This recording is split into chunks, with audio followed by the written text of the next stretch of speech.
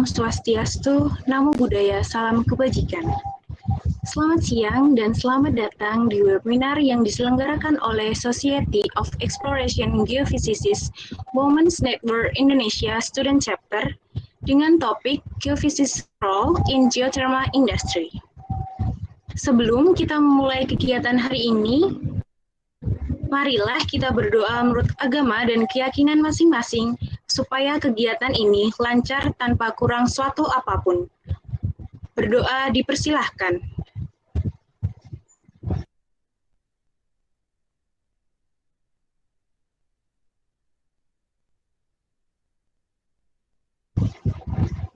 Berdoa dicukupkan. Sebelumnya, izinkan saya memperkenalkan diri. Saya Cecilia dari Teknik Geofisika Universitas Pertamina yang pada kesempatan kali ini menjadi MC. Sebelum kita memulai kegiatan kali ini, kegiatan ini diharapkan dapat memberikan pemahaman serta wawasan pengetahuan secara komprehensif kepada geofisikawan, khususnya bidang panas bumi. Selanjutnya, kita akan mendengarkan sambutan dari Saudari Dinda Putri selaku perwakilan dari SIGWN Indonesia SC. Apakah Saudari Dinda Putri sudah bergabung? Ya, udah. Untuk waktu dan tempat saya persilahkan. Oke, terima kasih Sisil. Sebelumnya aku mau ngucapin selamat siang untuk semua peserta hari ini dan juga untuk teman-teman dari SCG Women's Network juga dan untuk speaker kita hari ini juga. Sebelumnya perkenalkan, nama aku Dinda dari SCG Women's Network Indonesia Student Community. And I would like to wish a very warm welcome buat semuanya yang udah partisipasi hari ini. Walaupun aku tahu ini hari Minggu dan ini weekend dan mungkin ini rest day kalian, but we really appreciate your passion and interest in learning. Dan I guess what I would say is I hope that through today's session kita semua bisa belajar dan bisa gain more insight tentang industri geothermal dan apa sih peran dari geophysicists di industri geothermal sendiri. Nah, I hope everyone itu bisa enjoy session ini dan meninggalkan webinar ini dengan sesuatu yang baru. Well, I guess that would be it from me. Mungkin without further ado, Sisil bisa ambil alih lagi. Baik, terima kasih Saudari Dinda Putri. Sebelumnya, untuk operator, apakah bisa membantu untuk men-share screen?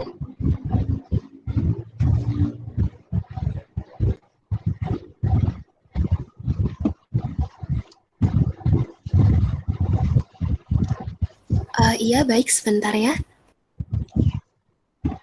Sembari menunggu operator akan men-share screen, sebelumnya saya ucapkan selamat datang dan selamat siang pada pemateri kita, Bapak Riki Irfan. Selamat siang, Pak. Selamat siang. Assalamualaikum. Waalaikumsalam. Bagaimana Pak kabarnya hari ini? Baik. Alhamdulillah. Mudah-mudahan semua sehat ya, teman-teman. Amin. Alhamdulillah Pak kalau sehat-sehat saja. Sebelum kita memulai webinar pada siang hari ini, izinkan saya akan membacakan beberapa tata tertib yang harus teman-teman dan para peserta serta panitia. Pertama, selama acara berlangsung, peserta bebas menghidupkan atau mematikan kamera. Kedua, selama sesi penyampaian materi, peserta harus mematikan mikrofon kecuali diizinkan oleh moderator. Ketiga, pada sesi tanya-jawab, jika peserta ingin bertanya, peserta diharuskan mengaktifkan fitur raise hand terlebih dahulu atau menulis pertanyaan melalui chat dengan format #tanya.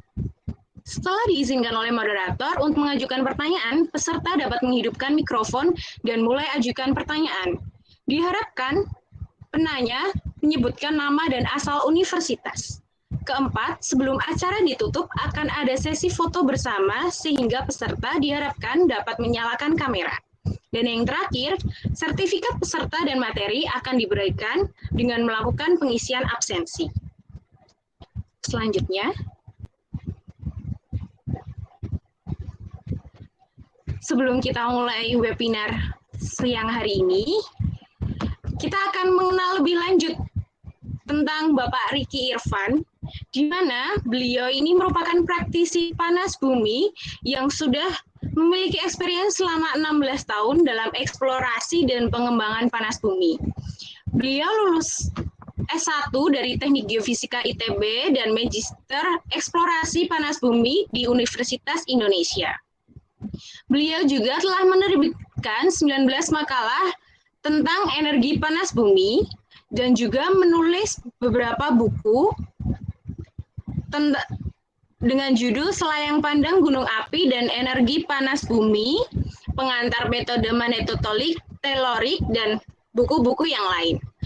Di mana geothermal ini Bapak ini merupakan guest lecturer dari 2006 hingga saat ini, di mana sudah banyak universitas yang menggunakan beliau sebagai pemateri, ada ITB, ITS, UI, hingga Universitas Pertamina. Lalu, terlibat juga dalam 50 proyek eksplorasi dan pengembangan panas bumi, tidak hanya di Indonesia, namun juga di Malaysia, Filipina, dan Afrika. Apakah Bapak Ricky sudah siap untuk materinya, Pak? Ya, mungkin ya, sudah.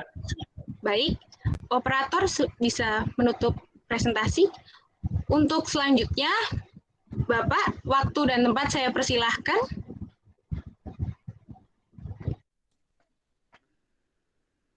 Baik, terima kasih Mbak Sisil ya sama panitia yang lainnya. Terima kasih. Kira saya sampaikan selamat siang teman-teman. Assalamualaikum warahmatullahi wabarakatuh. Salam sejahtera, semoga semuanya sehat. Terima kasih panitia sudah menghubungi saya. Saya kira ini SEG Women Network ya, Student Chapter. Saya kira bagus sekali, apresiasi ya, dalam masa pandemi ini teman-teman melakukan kegiatan positif, maka saya support kegiatan itu. Baik, saya akan presentasi, mudah-mudahan nanti teman-teman bisa mencatat. Saya akan coba resume di akhir, kemudian juga mungkin PDF bisa saya pilihkan yang umum untuk di-share sebagian. Saya kira juga pernah saya publish, jadi ini saya bisa langsung share screen ya. Boleh, Pak, silahkan.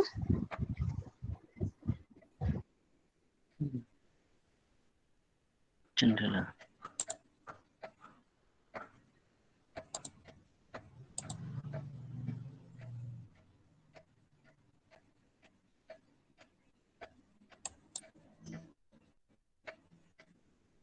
Baik. Bagaimana? Bisa terlihat slide-nya? Sudah terlihat, Pak Ricky? Baik, terima kasih. Saya mulai saja ya. Semoga kita bisa dalam presentasi kali ini nanti teman-teman bisa menyimak.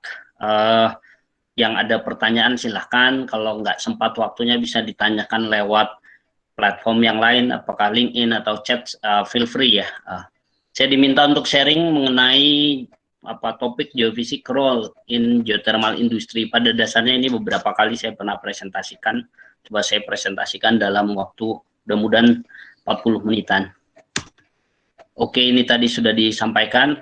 Teman-teman kalau yang tertarik basic tentang gunung api dan panas bumi bisa diakses di GrabMed atau di online shop, silahkan. Kemudian khusus geofisis, saya bikin tulisan dengan kawan saya dari ITS, judulnya Pengantar Metode Magnetotelorik untuk geofisik student yang tertarik di metode magnetotelorik di panas bumi.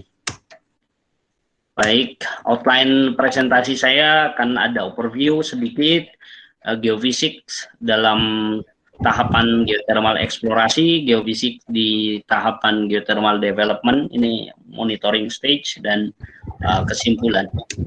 Maaf Pak Ricky. Ya. Untuk PowerPoint-nya belum di slideshow, Pak. Belum di slideshow ya, sebentar. Iya.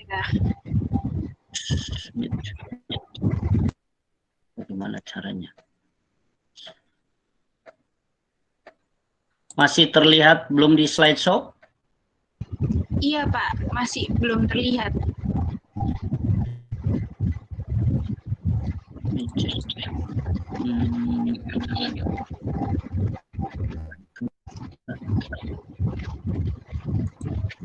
Mungkin tadi waktu share screen bisa di itu Pak, yang Windows Pak.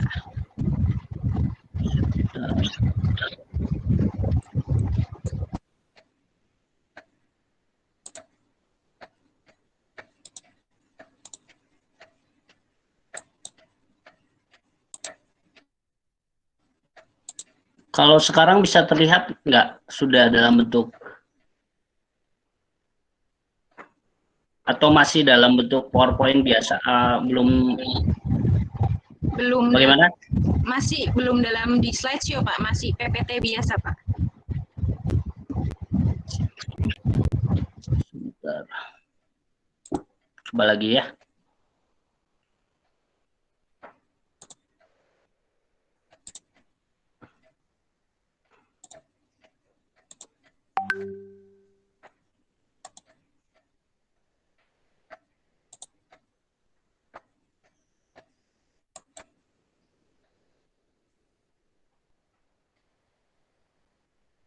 Sudah terlihat sekarang?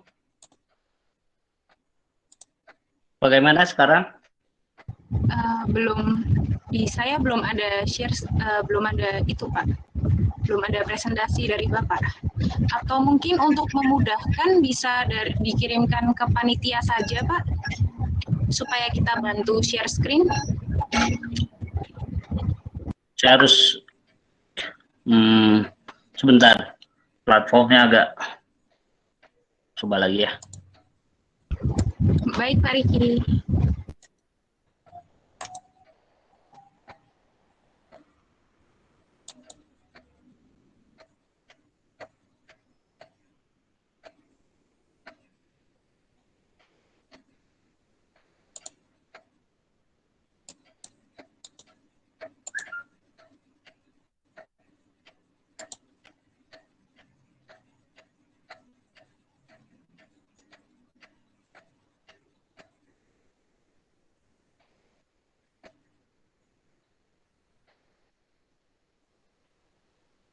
Masih satu persatu ya, terlihatnya ya? Iya Pak, betul. Masih di dalam PowerPoint, tapi belum di slideshow.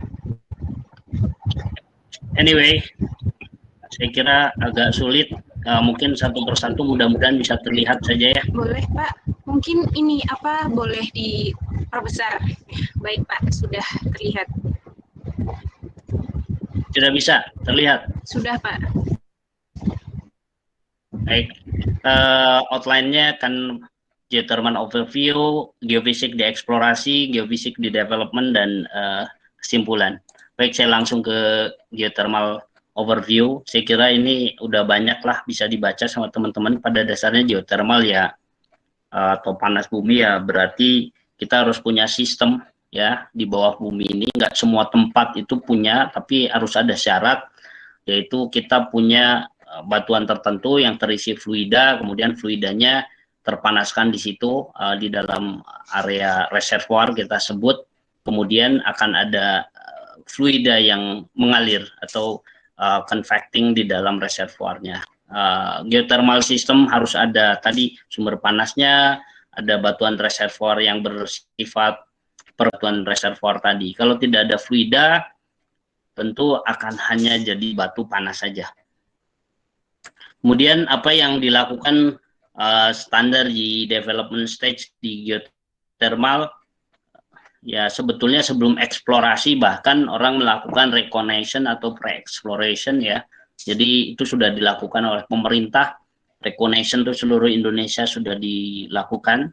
Kemudian bahkan sudah sebagian besar sudah dilakukan eksplorasi ya, tetapi tentu eksplorasi itu harus definisinya harus sampai memiliki sumur eksplorasi, karena kalau masih belum punya sumur eksplorasi, kita pada dasarnya cenderung masih di kondisi kegiatan reconnaissance saja pada dasarnya. Kalau kita sudah punya sumur eksplorasi, apakah itu sumurnya vertikal, slim hole, atau gradient hole, itu itu lebih sudah masuk ke tahap eksplorasi sendiri.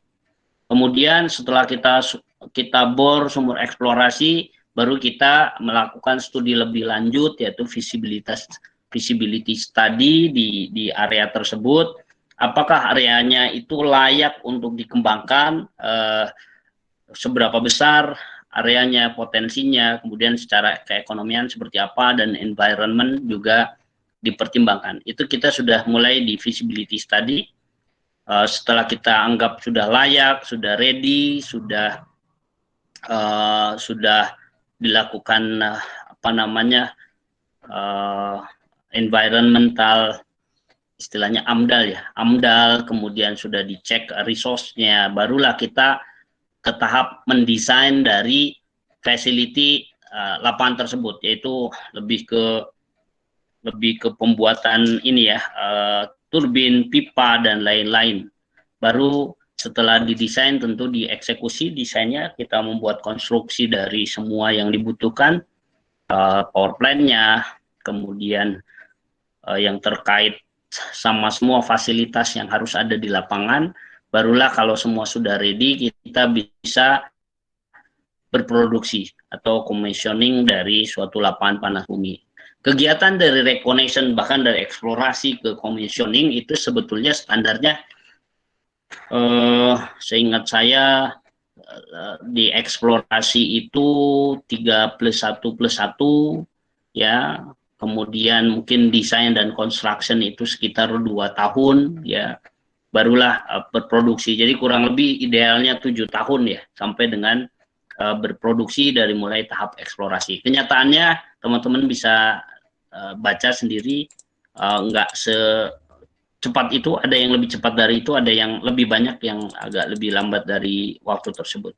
Oke, bisa dibaca nanti di buku-buku umum. Bagaimana caranya kita menemukan geothermal potensi atau resource dari geothermal di suatu lapangan. Tentu harus melakukan penelitian ya, harus ada studi atau survei. Yang standar di tahap eksplorasi sebetulnya survei geologi, geokimia, dan geofisika. Kemudian baru setelah ketiga data itu ada, mungkin dites dengan mengebor sumur eksplorasi. Nah, ini harus dilakukan ya. Ada teman-teman geologi lakukan geologi mapping, geologi survei, teman-teman geokemis juga melakukan geochemistry sampling terhadap thermal manifestasi yang ada di area tersebut. Kita yang geofisis ya, kita juga sibuk melakukan survei geofisika, karena ada banyak metode yang dipakai, tapi antara lain magnetotelurik, time domain, gravity, bahkan magnetik kadang-kadang sudah ada di zaman dulu, sehingga datanya kita gunakan. Baik, itu kegiatan dalam rangka menemukan dulu geothermal resource, barulah setelah ngebor ya mungkin memperbaiki konseptual model dari suatu lapangan itu dan memprediksi resource capacity. Tentu kalau sudah ada sumur eksplorasinya diuji produksi baru bisa dilakukan. Tapi kalau belum ada sumur memang akan sangat sulit, masih high uncertain dalam konteks menentukan potensi suatu lapangan panas bumi, berapa megawatt kapasitasnya, itu masih belum firm sebelum kita melakukan pengeboran eksplorasi, dan syaratnya harus diuji ya, uji produksi dari sumur eksplorasinya. Baik, saya akan jump langsung ke geofisik. Kita khususkan ke geofisik. Tadi background ada geofisik, geologi, geokimia. Geofisik di geothermal eksplorasi ngapain sih, teman-teman? Jadi pada dasarnya kita menggunakan metode geofisika atau geophysical teknik untuk mencari anomali kalau di geofisik ini, yang mungkin akan membantu menemukan keberadaan dari suatu resource, geothermal resource ya. Nah, ini untuk menjawab, salah satunya untuk bantu jawab pertanyaan utama di geothermal exploration stage ya, di tahap geothermal eksplorasi itu seberapa panas. Biasanya geokimia, teman-teman geochemistry bisa menjawab, apakah fluidanya netral atau asam, itu geokimia. Batuannya seperti apa, batuan apa, tipenya seperti apa, itu geologi, teman-teman geologi. Seberapa besar dari resource itu, kalau kita dari geofisik, kita akan mencarikan informasi bawah permukaan, ya. Biasanya dari subsurface anomali, teman-teman di surface geologi dan geokimia memetakan distribusi alterasi atau thermal feature di permukaan yang nanti dalam konteks konseptual model di combine, ya, sehingga how big-nya bisa diprediksi di awal. Kemudian di mana sih kita mau ngebor sumur-sumur pertama di eksplorasi. Nah, ini juga geophysics terlibat di dalamnya dan cukup penting sekali di tahap pada saat pengeboran eksplorasi. Kemudian metode apa aja yang dilakukan? Ini geofisis, ya, definisi geofisis. Saya kira kita kebanyakan geofisis, jadi ya geofisis itu ada yang jadi researcher, ada yang jadi field geofisis, ada yang jadi processing, ada yang dari modeling dan interpreter, ya. Jadi banyak sekali, ya, apa yang kita bisa sampaikan atau bantu di geofisik. Ini slide saya masih terlihat nggak, ya? Masih, Pak. Oke, baik. Baik. Oke, ini basic dari geofisik konsep di geothermal. Saya kira pada dasarnya ini dari Bill Cumming 2010, geofisik itu untuk membantu mengidentifikasi setiap elemen dari geothermal system. Geometri itu bagian dari elemen, seberapa besar tadi. Batuan, litologi, geofisik bantu juga. Ini litologinya apa? Tentu dalam konteks interpretasi dan konseptual model, ya.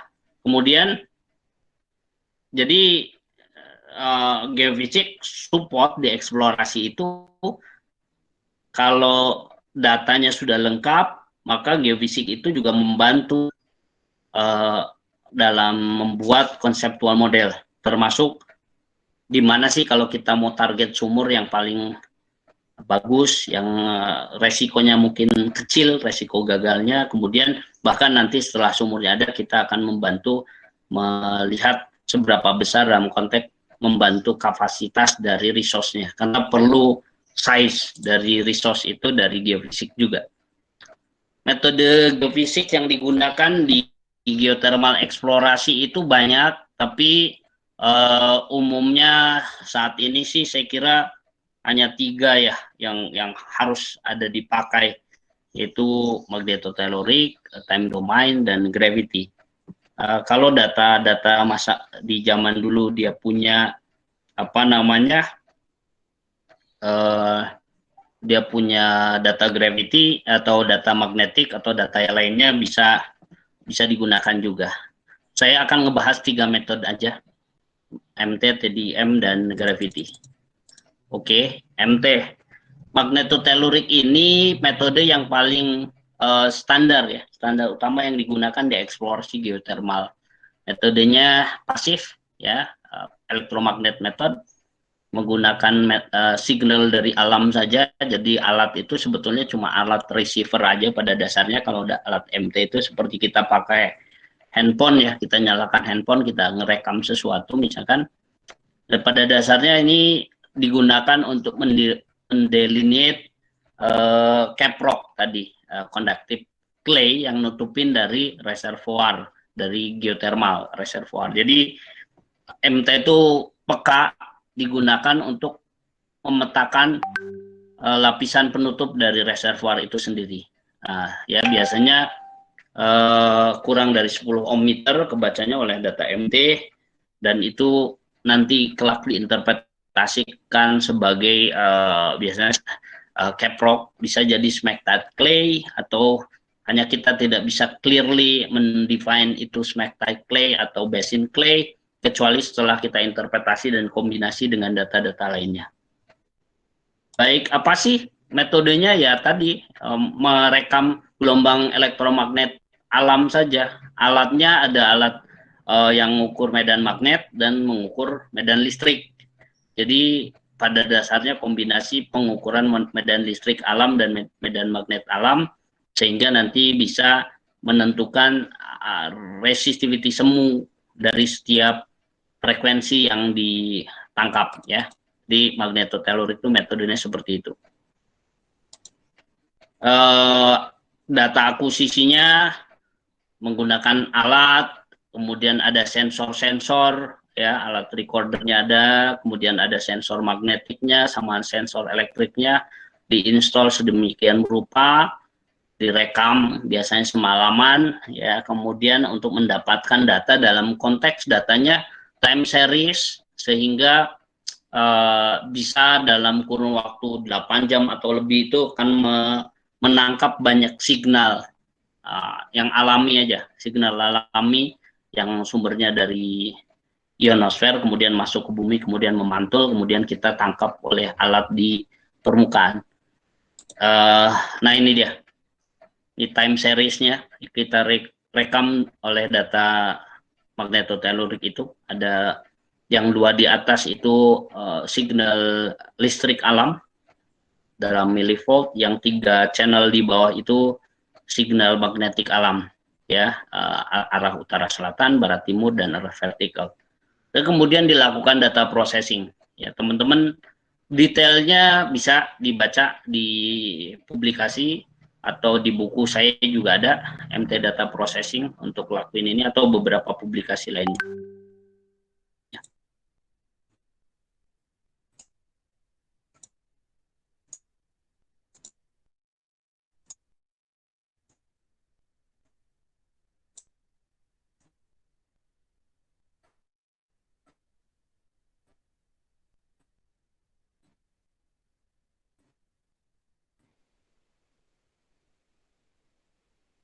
Kemudian setelah diproses, geophysics belajar mata kuliah inversi, jangan ngantuk-ngantuk ya. Jadi jangan ngantuk-ngantuk supaya bisa memahami apa inversi. Sehingga nanti hasil dari inversi itu akan memperlihatkan true resistivity, bulk true resistivity versus depth-nya terhadap kedalamannya, seperti ini. Jadi kurva ini akan menjadi nilai resistivity terhadap kedalaman, karena kurvanya ada 2 kurva, warna biru dan merah, arah yang berbeda tadi, maka dia membaca arah yang berbeda. Sehingga data magnetotelurik ini sudah data yang mempunyai arah, apa kita sebut ya, ada besaran dan arah ya. Jadi data yang sudah memiliki dimensi hingga nanti bisa dimodelkan lebih detail menjadi model 3 dimensi ya. Jadi data MT ini bisa membaca 3 dimensi, sehingga nanti gambar bawah permukaannya, resistivity bawah permukaannya tentu digambarkan sudah dalam versi kubus 3 dimensi ya. Sudah banyak paper teman-teman, bisa dilihat ada 2 dimensinya, ada 1 dimensinya, ada 3 dimensinya, sehingga nanti model itu, model resistivity dari MT tadi bisa diinterpretasikan oleh geofisis. Ya, biasanya yang melakukan interpretasi lebih senior, lebih paham banyak, tapi saya yakin teman-teman nanti belajar semuanya ya, sampai suatu saat bisa di tahap bisa menginterpretasi di mana, oh ini tutupannya ini, yaitu tadi clay alterasinya yang ini, kemungkinan sistemnya, konsep modelnya seperti apa. Nah itu tentu pembuatan konseptual model harus combine dengan geokimia, dengan geologi, ya. Struktur juga combine dengan informasi dari struktur geologi. Walaupun kita sendiri geofisik bisa menginterpretasi struktur bawah permukaannya, gitu. Jadi itu fungsi dari magnetotelurik. Jadi pada dasarnya sudah sampai model 3 dimensi kemampuannya metode ini. Mungkin kalau teman-teman belajar seismik juga gitu, nanti ada 3 dimensi. Nanti untuk menggambarkan ukuran volume dari caprock biasanya, lapisan penutupnya, dan penutup itu tentu di bawahnya harapan kita ada reservoirnya. Sehingga MT menjadi standar metode yang harus ada di geothermal eksplorasi. Tahap berikutnya, metode berikutnya adalah metode time domain ya. Time domain ini juga digunakan. Pada dasarnya ini sih aktif method, memberikan injeksi arus mirip-mirip dengan geolistrik ya, agak mirip dengan geolistrik, hanya metode akusisinya agak sedikit berbeda. Kita bentuk loop ya, lingkaran loop, kemudian kita pasang ada kabel yang warna merah ini, dan di tengah ada receiver ya, ada receiver. Jadi receivernya itu medan magnet receiver. Jadi arus diinjeksikan, kemudian dihentikan injeksinya, kemudian terjadi arus yang mengalir ke bawah permukaan bumi. Kita tahu di dalam bumi ada benda-benda konduktor, sehingga itu dia ada memberikan efek si medan magnetik, terbentuknya medan magnetik. Nah, medan magnetik itu yang direkam oleh receiver dari metode time domain elektromagnetik. Jadi tetap pada dasarnya time domain elektromagnetik itu kita memberikan arus ke bumi, bumi memberikan responnya ada respon arus yang berkurang, decay, dan juga gelombang magnetik yang terbentuk karena arus yang kita putarkan di dalam loop. Itu jadi pada dasarnya seperti itu, sehingga nah ini dia nih, seperti ini kita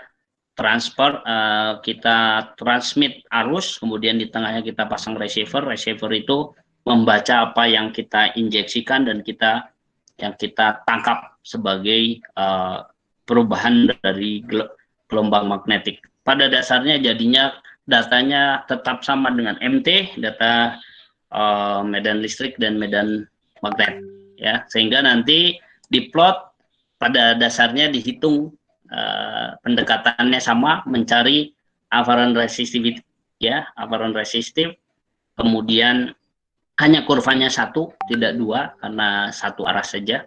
Kemudian dia pada akhirnya metode TDM juga diinversikan menjadi rho terhadap depth, yang nanti diplot sama-sama di dalam kurva MT sebagai koreksi di permukaan. Itulah fungsinya TDM, jadi untuk mengkoreksi data MT di permukaan, yang biasanya data MT itu mengalami distorsi, kita bilang static shift, atau di permukaan itu karena data MT ngebaca arah barat, timur, utara, selatan, sehingga dia ada split di kurva di permukaan dan dikoreksi oleh time domain. Kita tetap pakai sampai sekarang time domain, tetapi sudah mulai agak dikurangi mungkin ya, karena sudah ada teknik 3D MT yang lebih canggih sekarang. Kemudian data gaya berat, saya kira teman-teman juga harus paham kalau yang belajar geofisik. Gaya berat ini juga dipakai, kalau gaya berat saya kira di oil and gas, di tambang, di mining juga dipakai ya, karena pada dasarnya ini untuk menentukan kontras densitas, ngebaca kontras densitas. Apa sih gunanya kontras densitas di geothermal? Oh ya, kita penting juga punya informasi kontras densitas di lapangan geothermal, yaitu salah satunya untuk bisa membedain mana batuan yang lebih denser, mungkin kaitannya sama intrusive rock atau basement, dengan batuan yang di atasnya. Biasanya reservoir lebih poros, lebih punya porositas dan terisi air, sehingga dia tidak lebih denser daripada batuan intrusif yang membawa biasanya batuan yang lebih membawa panas biasanya, gitu ya. Nanti tapi interpretasinya dikombin dengan data geologi dan data geokimia. Artinya metode gravity ini sangat menjadi juga standar di geothermal eksplorasi ya, gitu ya teman-teman. Ya, tadi gambarnya sama sih, melihat kontras densitas di bawah permukaan bumi. Ada densitas change terkait sama batuan, tipe batuannya, ada kaitan sama struktur di bawah permukaan, dan mungkin bisa untuk mempredik basement, kedalaman dari basement suatu di bawahnya reservoir geothermal. Akusisinya sederhana saja. Kalau untuk gaya berat ini kita bawa satu alat, alat gravity meter, orang punya patok atau benchmark, kemudian dibaca di setiap benchmark itu datanya, kemudian dicatat, kemudian nanti kita petakan dan kita koreksi untuk mendapatkan anomali gaya berat, biasanya bugi anomali atau konflik bugi anomali. Teman-teman bisa belajar more detail dengan dosennya di kampus ya.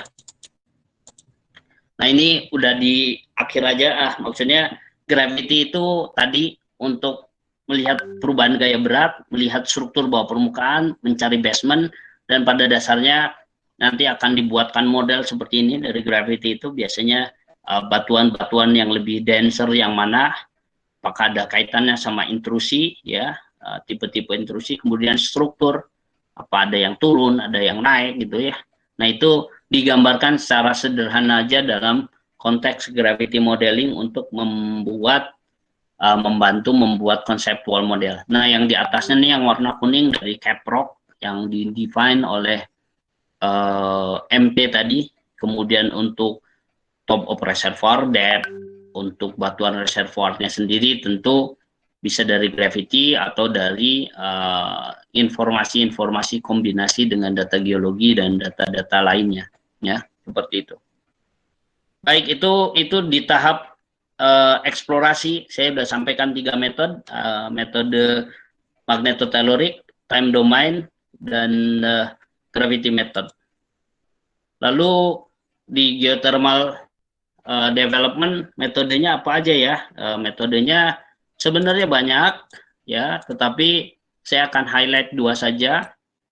Ada microseismic atau micro earthquake dan ada microgravity. Gravity mikro ini maksudnya lebih ke toolsnya, alat yang digunakan itu biasanya kalau gravity biasa tadi di eksplorasi kita pakai G-meter ya, yang umum global aja, alat-alat tidak lebih detail, tidak perlu lebih peka, tetapi dalam precision gravity survey kita pakai alat microgravity yang lebih tipe gravity meternya harus yang detail gravity meter, atau kalau dari merek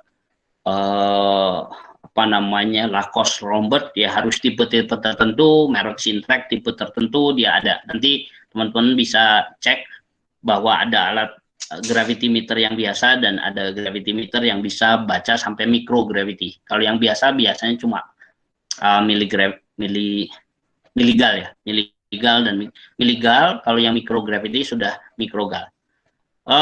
Ini untuk lihat apa yang dilakukan di geofisik di development stage di lapangan yang sudah berproduksi, pada dasarnya untuk melihat perubahan yang ada di bawah permukaan dalam point of view geophysics, dan juga bisa memonitor apakah ada hazard, risiko itu, dan environment monitoring ya. Jadi kita bisa bantu geofisik bisa berperan untuk memberikan input dari sudut pandang geofisik bawah permukaan. Tadi sudah disebutkan, saya akan hanya bahas 2, microseismic atau micro earthquake dan microgravity. Yang ini tentang MS ini microseismic ya. Jadi ini udah banyak papernya. Biasanya di lapangan geothermal itu dipasang alat seismometer ya, di lapangan itu disebar, diinstal selama ya terus-terusan sih sebetulnya, diinstal terus gitu ya. Kemudian terus kita rekam datanya, kemudian untuk kita memonitor bawah permukaan. Nah ini jadi dia alatnya peka untuk memonitor atau merekam kegempaan yang sangat kecil yang tidak akan terasa oleh manusia di permukaan, tetapi sebetulnya itu terjadi di dalam reservoir. Ada perubahan pelepasan energi yang terjadi di bawah permukaan bumi itu biasanya skala Richternya kecil sekali ya, nggak kerasa kita, tapi alat ini peka sehingga itu merekam apa yang terjadi di dalam reservoir.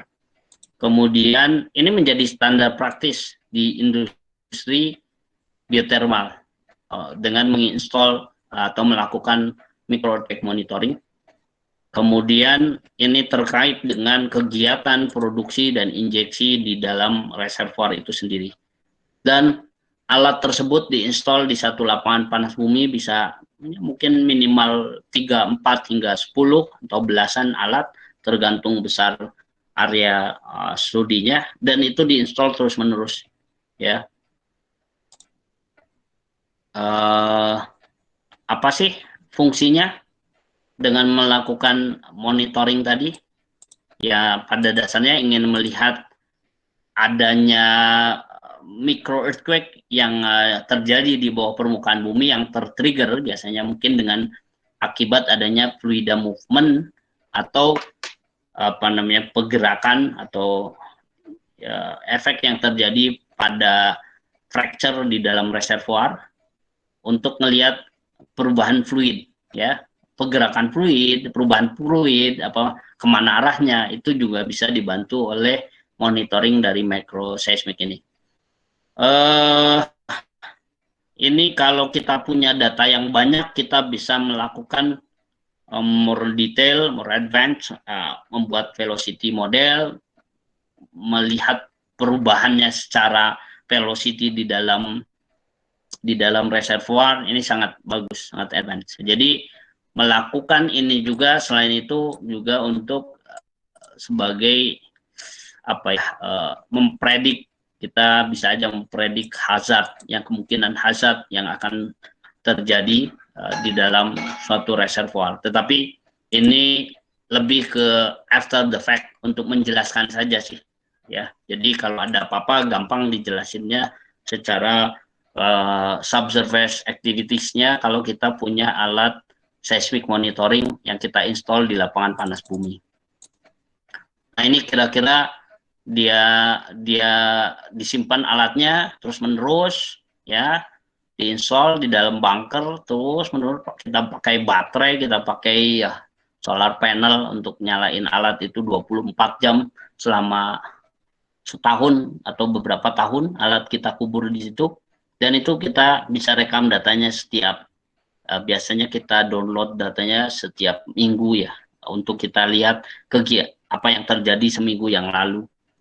Dan itu akhirnya diplot saja, yang paling dasar ya diplot aja, event kegempaan mikro yang nggak kerasa di permukaan itu diplot untuk melihat apa kaitannya dengan injeksi, dengan produksi, di mana lokasinya, di daerah zona produksi dangkal, dalam, nah ya, kira-kira itu yang dilakukan oleh teman-teman yang apa namanya, melakukan monitoring microseismic.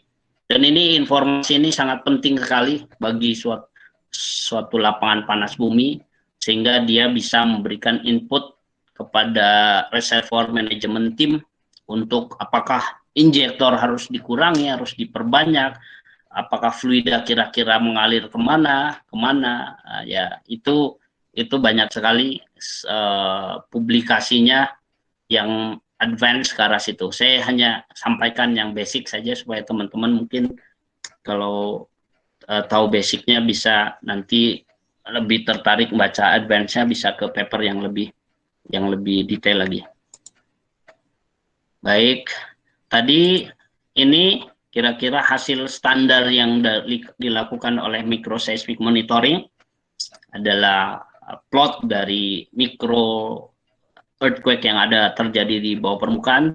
Please note, mohon dicatat, ini micro earthquake itu sesuatu yang tidak terasa oleh manusia di permukaan. Jadi bukan gempa yang terjadi kita rasakan seperti gempa biasa, tapi sesuatu itu hanya terjadi di bawah bumi dan energinya sangat lemah sehingga dia tidak bisa sampai ke permukaan bumi. Ya, dan itu banyak sekali ya. Kita bersyukur dengan banyaknya micro earthquake ini, pada dasarnya energi di satu lapangan panas bumi itu dirilis secara rutin. Jadi tidak resiko terjadinya energi rilis yang lebih besar atau gempa yang lebih besar lagi, itu memang kita bisa bilang agak kecil resikonya. Kalau memang eventnya sudah cukup banyak, kita tahu trennya 1 bulan berapa, di depth berapa, maka ini secara statistik kita bisa lakukan studi more detail di dalam microseismic monitoring. Teman-teman yang bekerja di lapangan yang sudah mature geofisis biasanya nanti akan terlibat dalam kegiatan ini. Lalu microgravity, ya, microgravity ini saya kira tadi gravity biasa, tapi dilakukan gravity, tapi alatnya lebih detail saja, alat gravimeternya lebih detail dan dilakukan pengukurannya rutin. Jadi misalnya 3 tahun sekali, 4 tahun sekali, bahkan 5 tahun sekali, tetapi rutin dilakukan, ya. Jadi dia ada waktu yang periodically untuk melihat trennya. Tahun ini kita pasang, misalkan di satu lapangan kita pasang 100 benchmark gravity, microgravity, maka setiap 3 tahun contohnya dilakukan pengukuran, dilihat perubahannya, 3 tahun kemudian dilihat perubahannya, berikutnya juga seperti itu, ya. Apa sih?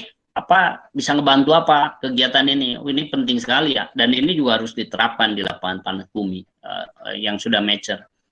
Ada 3 hal. Biasanya poinnya adalah kita pengen membantu memberikan input liquid level drawdown, penurunan liquid level. Pada saat sumur terjadi itu, apakah kita bisa membaca dari microgravity? Biasanya bisa terbaca dalam microgravity. Kalau ada perubahan sekitar nilai besaran di 100-an mikrogal, itu kita agak berpikir ke arah situ. Atau perubahan dari saturasi di dalam steam cap kita. Jadi kadang-kadang ada lapangan geothermal yang memiliki karakter reservoirnya 2 fase. Teman-teman bisa pelajari nanti, ya, bisa browsing.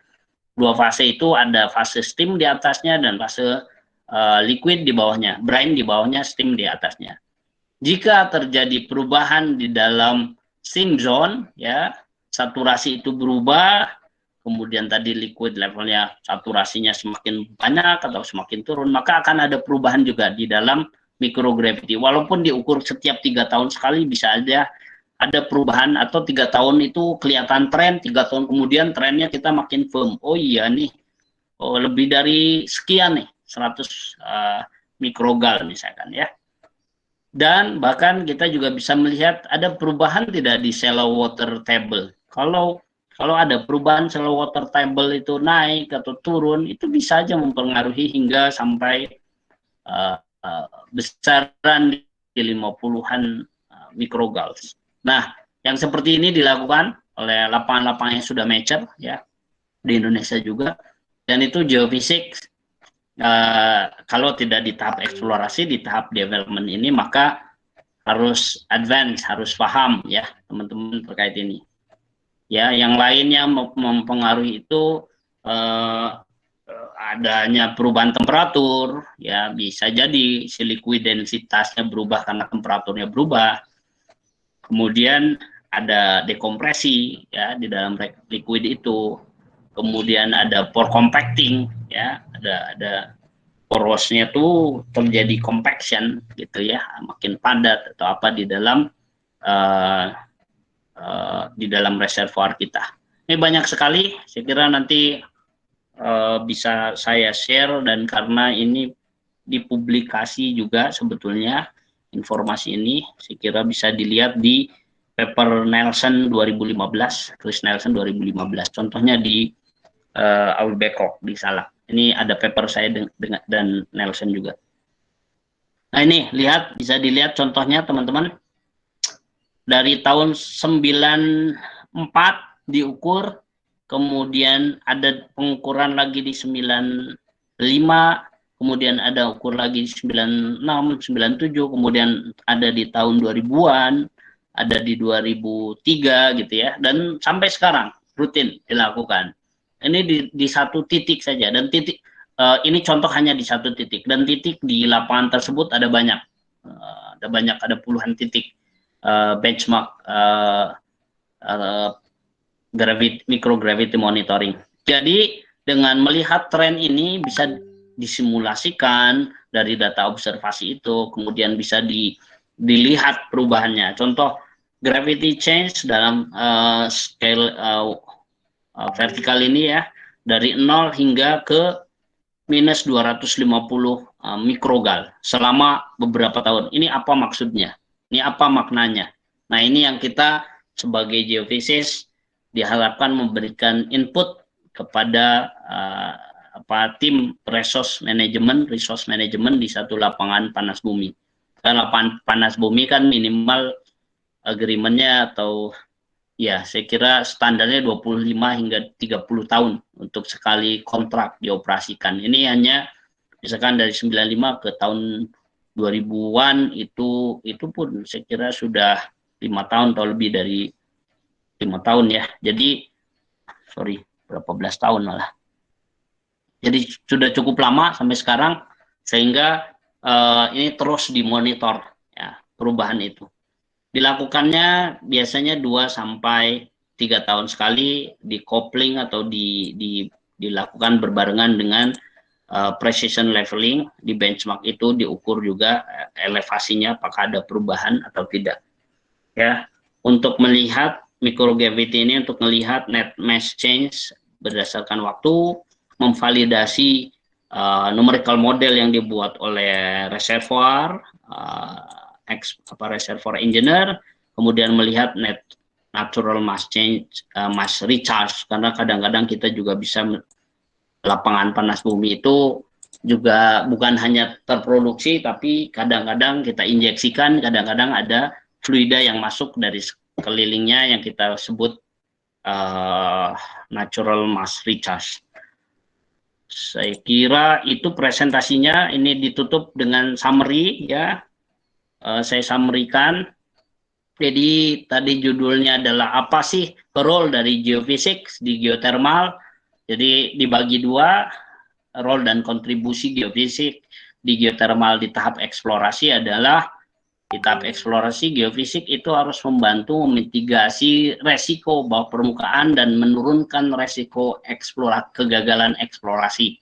Itu fungsi kita, itu penting sekali. Kita harus membantu memitigasi dan menurunkan resiko kegagalan.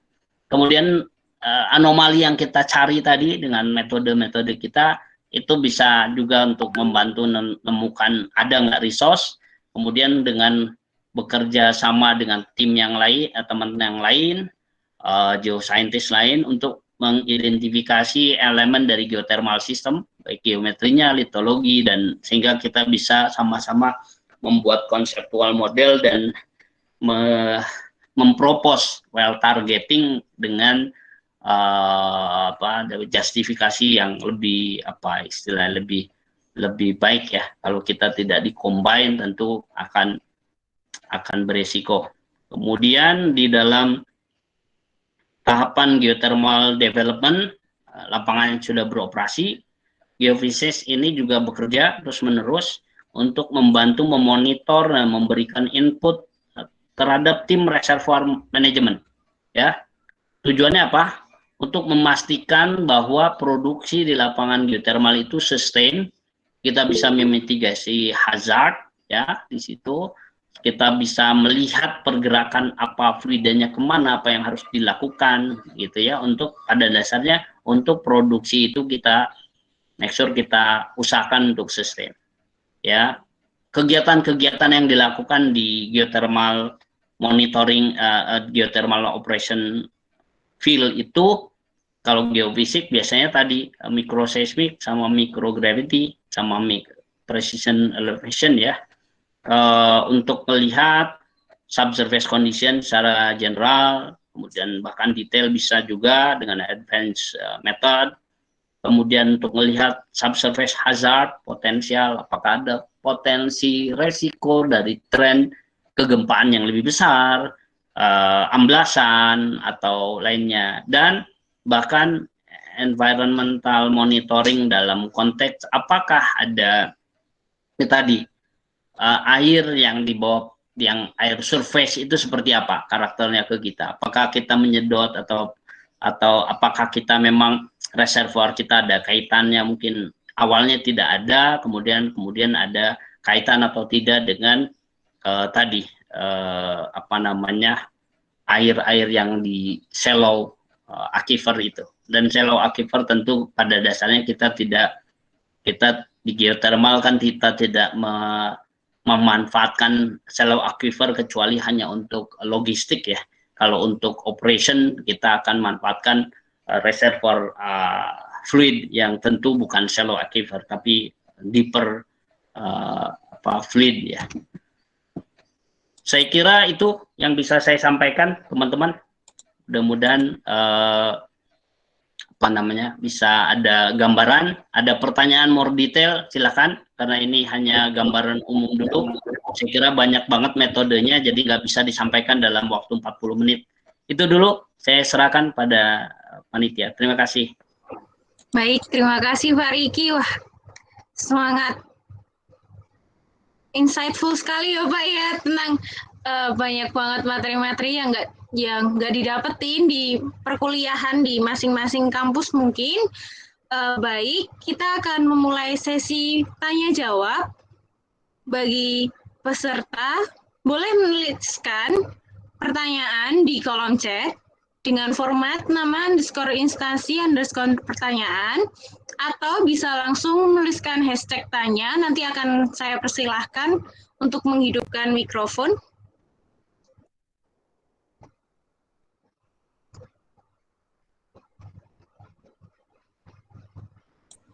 Silahkan. Bebas ya pertanyaannya, jadi tidak harus terbatas apa yang disampaikan tadi, silahkan aja. Baik Pak, ini sudah ada pertanyaan dari Sultan Al-Ghifari dari Universitas Lampung. Izin bertanya, dalam satu proyek eksplorasi geotermal sampai tahap development itu kira-kira berapa lama? Lalu berdasarkan tim manajemen, jika dikategorikan berdasarkan job yang didapatkan, dalam satu kali eksplorasi itu dibutuhkan berapa geofizisis? Dan yang terakhir, saat monitoring atau development, juga berapa banyak geofisis dalam satu lapangan geotermal? Mungkin bisa langsung dijawab, Bapak? Baik, terima kasih. Ini student atau ini profesional nih dari Lampung. Terima kasih, pertanyaannya bagus sekali. Saya kira tadi tahapan standar atau kurun waktu standar yang ada yang diberikan oleh pemerintah tentu sudah clear ya. Di eksplorasi itu 3+1+1 di tahap eksplorasi sejak pengembang panas bumi diberikan izin eksplorasi oleh oleh pemerintah. Jadi 3 tahun, boleh tambah 1 tahun lagi, boleh ditambah 1 tahun lagi, ya mungkin nambah-nambah lagi kalau ada justifikasi, tapi pada dasarnya maksimum 5 tahun. Kemudian biasanya 2 tahun kemudian untuk membangun facility tadi, membuat turbin, pipa segala macam dan ngebor sumur developmentnya. Jadi dalam periode baru berproduksi itu kira-kira 5-7 tahun atau lebih ya. 5 tahun sudah sangat ideal, tapi bisa 7 tahun atau lebih. Jadi teman-teman bekerja di eksplorasi satu lapangan itu kalau baru join di situ, Anda ya minimal beberapa tahun, harus sabar, nggak akan 2 tahun selesai kecuali sudah di tahap pembuatan turbin dan lainnya. Kemudian kalau di lapangan jumlah orang di eksplorasi geofisis sebetulnya banyak tadi, tapi kemungkinan besar terbagi menjadi geofisis yang bekerja di perusahaan operator tadi, biasanya misalkan sebutlah Pertamina Geothermal, Geodipa, Star Energy Geothermal, itu minimal harus ada 1 geofisis leader untuk mendesain atau membuat kontraknya, mengawasi ya. Kemudian tetapi 1 geofisis itu atau 2 geofisis biasanya back to back dari operatornya, dan ada kontraktornya. Kontraktor itu perusahaan jasa provider ya. Mungkin saya mention dari Selam Bersih, ada Elnusa, ada Nuquest, banyak sekali geoservice.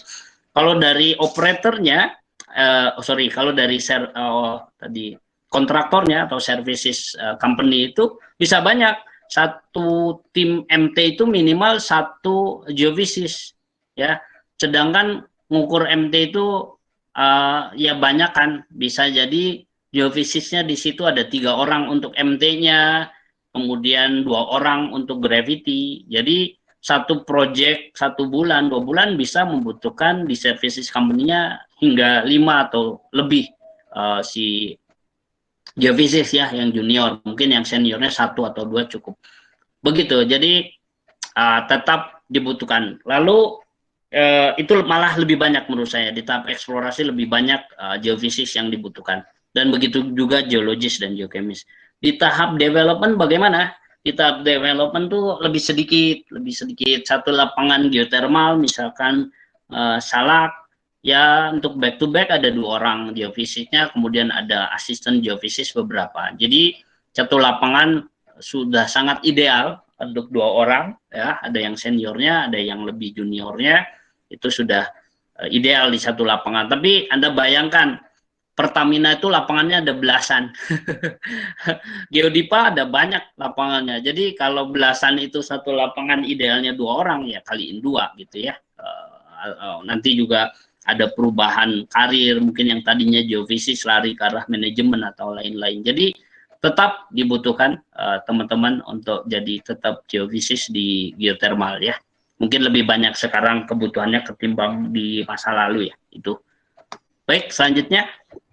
Baik Pak, terima kasih atas jawabannya. Ini benar-benar jawab semua nih dari Kak. Ini tadi ada Kak Sultan. Nah, ini selanjutnya ada Salsa Maulidina untuk pertanyaan. Silahkan open mikrofon.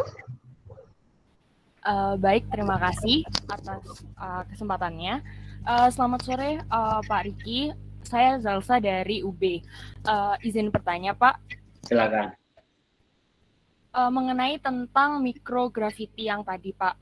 Jadi tadi Bapak sempat menjelaskan bahwa di mikrogravity itu ada salah satu analisanya ada perubahan saturasi pada steam cap, dan di situ kira-kira kalau untuk pengaruhnya sendiri terhadap geothermal itu seperti apa ya Pak? Jadi kalau misalnya tadi kan mikrogravity terdapat analisa perubahan pada saturasi pada steam cap. Nah, kalau untuk micro earthquake sendiri kan mempengaruhi untuk gempa dan untuk mungkin hazardnya seperti itu. Nah, untuk mikrogravity itu sendiri seperti apa ya Pak pengaruhnya terhadap geothermal seperti itu? Terima kasih. Ya, makasih Mbak Salsa. Bagus pertanyaannya. Ya, bagus. Tadi saya bawakan yang basic saja. Pada saat kita menginterpretasi more detail bahwa ini terkait dengan adanya perubahan saturasi di steam cap di area 1, 2, 3. Karena beberapa benchmark saya memperlihatkan dalam 3 tahun terakhir seperti itu. Ada keywordnya. Keywordnya karena ini di lapangan yang sudah beroperasi kan ada sumurnya ya. Nah, sumur itu juga dimonitor teman-teman. Sumur itu dimonitor oleh production engineer ya, reservoir engineer. Itu mereka tiap minggu, tiap bulan mereka ada data. Sehingga pada tahap interpretasi ya kita memang berkolaborasi. Kita pada saat bekerja memang nggak bisa sendirian. Menurut saya gajah itu ya itu yang belalai doang, nggak bisa. Baja itu nggak belalai saja kan ada telinganya. Nah, sehingga pada akhirnya orang bisa bilang, oh yang terjadi saya melihat ada perubahan hingga dalam kurun waktu berapa tahun ini hingga sebutlah 150 mikrogal. Areanya beberapa titik saya konsisten memperlihatkan perubahan itu. Kemudian di area tersebut teman-teman production engineer bilang saya punya 1-2 sumur yang memperlihatkan ya itu penurunan ini, kemudian produksinya seperti ini. Nah, kita combine, oh kalau demikian karakter itu bagi kami adalah ini lebih di-trigger oleh perubahan saturasi pada steam cap ketimbang apa-apa yang terjadi kompaksi di dalam brine fluid gitu ya. Jadi dan mereka bilang, nah itu cocok tuh, benar. Nah gitu. Jadi kita support mereka nggak tahu. Mereka nggak tahu, kita nggak tahu, tapi kita bekerja sama. Jadi teman-teman nanti pada saat bekerja kita akan belajar dengan yang lain. Kita respect dia respect kita combine, maka informasi itu dibawa ke manajemen, ke manajer dari aset itu, mereka clear ya, kan begitu ya. Jadi memang sudah advance-nya tidak benar-benar kita bisa bilang, oh yang terjadi kayak gini itu bisa terjadi karena 3 hal Pak. Ini A, B, C. Nanti tolong konfirmasi atau kita combine dengan data lain. Oh data lain, oh nggak mungkin C, bisanya A dan B. Oke, lihat lagi dari geokimia point of view. Yang terjadi apa dari geokimia monitoring gini-gini. Oke Pak, clear Pak, ini A. Ini bukan B dan ini bukan C, ini A. Maka kita sampaikan ke manajemen paham. Oke, kalau A, apa yang dilakukan? Mitigasinya apa? Kita harus lakuin ini Pak. Nah, begitu ya. Jadi penting sekali kita berkolaborasi dengan yang lain. Bahwa kita punya reason A, B, C ya. Tapi kita nggak bisa bilang ini pasti A. Nggak ada yang pasti A. Kita combine sama yang lain. Begitu ya, Pak Jasa. Apakah sudah sangat jelas atau ada sanggahan dari Salsa? Sangat jelas Pak. Terima kasih atas penjelasannya. Sama-sama. Baik, kalau gitu kita next ke pertanyaan dari Gugi Ganevianto mengenai analisis mikroseismik. Karena magnitudo gempa kecil, bagaimana cara efektif untuk membedakan sinyal mikroseismik dengan noise, Pak? Monggo dijawab, Pak. Terima kasih. Baik, terima kasih Gugi. Ini nama belakangnya saya familiar ya. Mas Gugi, salam buat ayahanda ya dari saya. Pak Ganevianto ini bos saya dulu atau guru saya juga.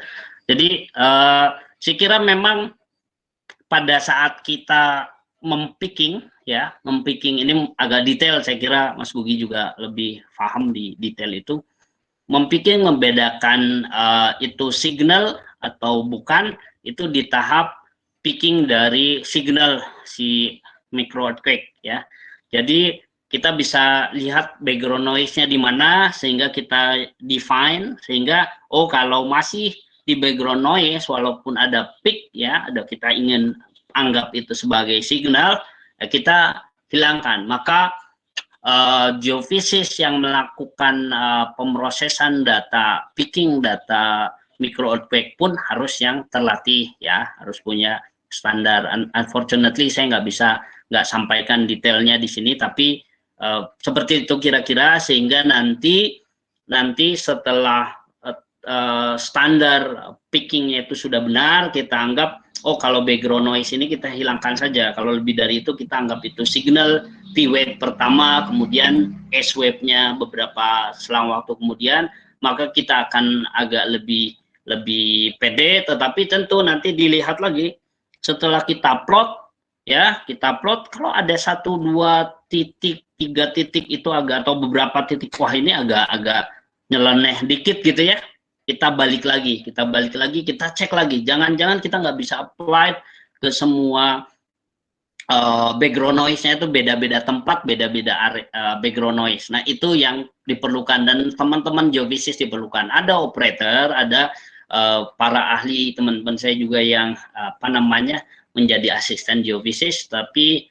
tentu yang diharapkan adalah input advice dari geofisis yang lebih paham mengenai itu. Sehingga pada dasarnya tentu itu adalah tugas dari geofisis untuk bisa membedain background noise dengan signal. Ya, jangan dipakai itu, karena kita akan interpretasinya akan salah nantinya. Mudah-mudahan menjawab ya, Mas. Baik, Pak. Terima kasih atas jawabannya. Sepertinya sudah sangat menjawab. Ini untuk selanjutnya ada pertanyaan dari Alvira dari Universitas Brawijaya. Untuk sistem eksplorasi menggunakan hot sedimentary aquifer, bagaimana peran seorang geofisikis, mengingat untuk data yang digunakan biasanya sudah tersedia dari eksplorasi yang sebelumnya telah dilakukan. Sebelum ke pertanyaan selanjutnya, ini ada tanggapan dari Saudara Gugi. Jadi background noise. Baik, terima kasih, seperti itu, Pak. Ya, betul. Jadi microseismic event itu harus berbeda dari background noise, karena kalau enggak, kalau kita ngerasa di satu titik atau di semua titik itu, wah saya nggak ketemu signal nih, semuanya background noise. Oh, ada sesuatu yang salah. Salah satunya maka instalasi alat harus diperbaiki, dikalibrasi sehingga noise tidak lebih besar daripada misalkan noise-nya itu di level 20 atau berapa gitu peak ya. Nanti kita lihat, ini semuanya di antara 10-20 nih, saya bingung nge-pickingnya nggak mungkin. Oh kalau gitu coba kita lihat alatnya, mungkin rusak, mungkin harus dikalibrasi dan lain-lain. Jadi tentu harusnya signal alam lebih clear ketimbang dari noise yang dilakukan oleh manusia ya di permukaan. Begini tuh, makasih. Baik Pak, untuk pertanyaan Alvira ini, untuk sistem yang menggunakan hot sedimentary aquifer, peran seorang geofisikalis itu bagaimana? Karena data yang digunakan sebelumnya sudah tersedia dari eksplorasi yang sebelumnya. Monggo Pak. Ya, saya kira kalau pada akhirnya teman-teman baru masuk ke situ, kemudian teman-teman lihat, oh kayaknya ini hot sedimentary basin system ini gitu ya, bukan volcanic system biasa gitu. Tentu harus memberikan input kepada manajemen. Misal, Pak, kalau yang seperti ini lebih banyak ini sepertinya karakter dari bukan volcanic, batuan volcanic, tetapi dari batuan sedimen. Apakah mungkin kita coba satu lintasan seismik atau apa gitu sehingga kita clear ya. Jadi menambahkan data boleh-boleh aja. Maka itu fungsinya geofisik. Jangan bilang, oh kalau gitu ya udah kan udah ada. Enggak, Anda ngomong sama manajemen bilang bahwa Pak, saya tahu seperti ini karakternya dari karakter ini bukan standar yang umum di Indonesia, volcanic geothermal system atau flow control system atau tapi ini lebih ke basin sedimentary basin system yang jarang di Indonesia. Jujur saja saya juga tidak terlalu pengalaman di situ, tapi Anda bisa memberikan input, Pak kalau kayak gitu kita coba mungkin metode magnetotellurik agak kurang bagus di situ apa gitu, sehingga kita bisa coba metode lain, apakah metode seismik kita combine di situ. Karena kalau seismik di volcanic geothermal system mungkin agak kurang efektif saja, bukan berarti tidak bisa dipakai, tapi mungkin kurang efektif. Maka kita butuh yang lebih efektif, efisien, budgetnya juga uangnya nggak terlalu mahal, tapi datanya juga bisa dipakai. Itu ya, mudah-mudahan menjawab. Baik Pak, sepertinya sudah tanggapan dari Alvira. Baik, terima kasih banyak Pak. Nah, karena sepertinya tidak ada pertanyaan lagi yang dituliskan di kolom chat maupun ada yang ingin menanyakan secara langsung, kita langsung saja ke next kegiatan, yaitu ada penyerahan plakat yang akan diserahkan perwakilan dari SIGWN Indonesia SC, Saudari Hoiriah Putri Septiani. Apakah Saudari Hoiriah masih stay di room meet ini? Halo. Suara aku kedengaran ya? Terdengar. Baik, mungkin operator. Baik, dan tempat saya persilahkan. Baik, saya ingin mengucapkan terima kasih buat Pak Irfan sekali lagi sudah mau meluangkan waktunya hari ini untuk berbagi ilmu sama kita semua. Berikut sertifikat persembahan dari kami buat Bapak. Terima kasih sekali lagi. Saya sebagai perwakilan dari SIGWN. Terima kasih sertifikatnya.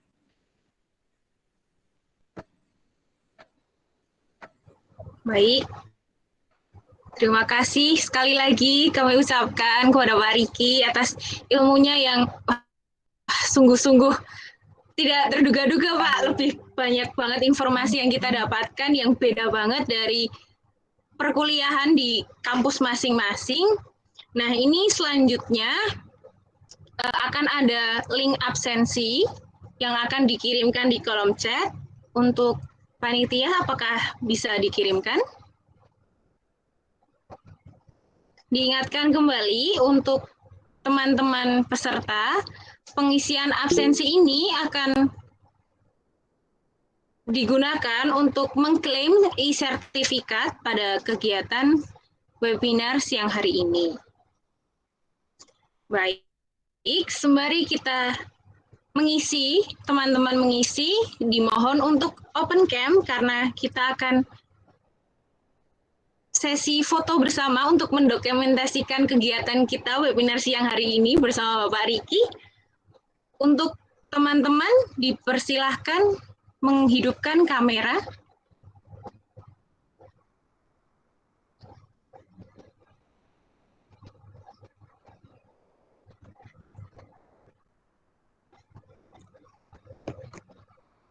Baik. Terlihat belum semuanya ya teman-teman. Sembari menunggu masa pandemi ini berarti izin bertanya Pak, masa pandemi ini berarti Bapak stay di rumah atau ada di kantor atau di lapangan Pak? Oh iya, alhamdulillah pandemi ini dulu masih sempat ke lapangan ya. Sekarang udah beberapa bulan saya kira saya lebih memberikan support konsultansi jarak jauh. Jadi ya sekarang udah teknologinya canggih ya, ada file yang dikirim, ada meeting conference seperti ini, bisa kapan aja lah. Jadi yang penting geothermal projectnya tetap jalan, teman-teman, yang teman-teman sekolah, kuliah juga tetap jalan ya, nggak harus lah. Kita bagus kalau kita bisa ketemu muka tapi jarak jauh. Saya kira juga kondisinya kayak gini ya. Kita mungkin kalau ketemu muka, saya nggak bisa lihat muka karena pada pakai masker ya. Kalau nggak ketemu muka malah bisa lihat muka gitu ya. Betul Pak. Sepertinya sudah banyak yang on kamera. Mungkin operator boleh dilakukan sesi dokumentasi. Silahkan. Oh iya, baik. Untuk sesi dokumentasi, saya mulai untuk slide pertama, hitungan ketiga, 1, 2, 3. Ya, sekali lagi mungkin teman-teman. 1, 2, 3. Ya, terima kasih. Saya kembalikan ke moderator. Baik, terima kasih operator. Berhubung kita sudah melakukan sesi foto bersama Pak dan teman-teman, kita berada di akhir acara. Sekali lagi saya mewakili panitia SIGUN Indonesia SC mengucapkan terima kasih kepada Bapak Riki atas ilmu yang diberikan, atas materi yang sangat-sangat membuat jiwa kita wah terhadap geothermal. Nah, dan juga kami ucapkan terima kasih juga kepada teman-teman peserta yang sudah menyempatkan waktunya untuk bergabung pada webinar kali ini. Sekian dari saya, MC pada siang hari ini. Wassalamualaikum warahmatullahi wabarakatuh. Tetap jaga kesehatan, jangan lupa menggunakan masker dan jaga jarak. Terima kasih. Terima kasih. Terima kasih. Mohon maaf kalau ada salah-salah. Sehat-sehat semua. Assalamualaikum. Waalaikumsalam. Terima kasih Pak Riki. Terima kasih Pak Riki. Diingatkan kembali untuk teman-teman peserta mengisi link absensi supaya dapat mengklaim e-sertifikat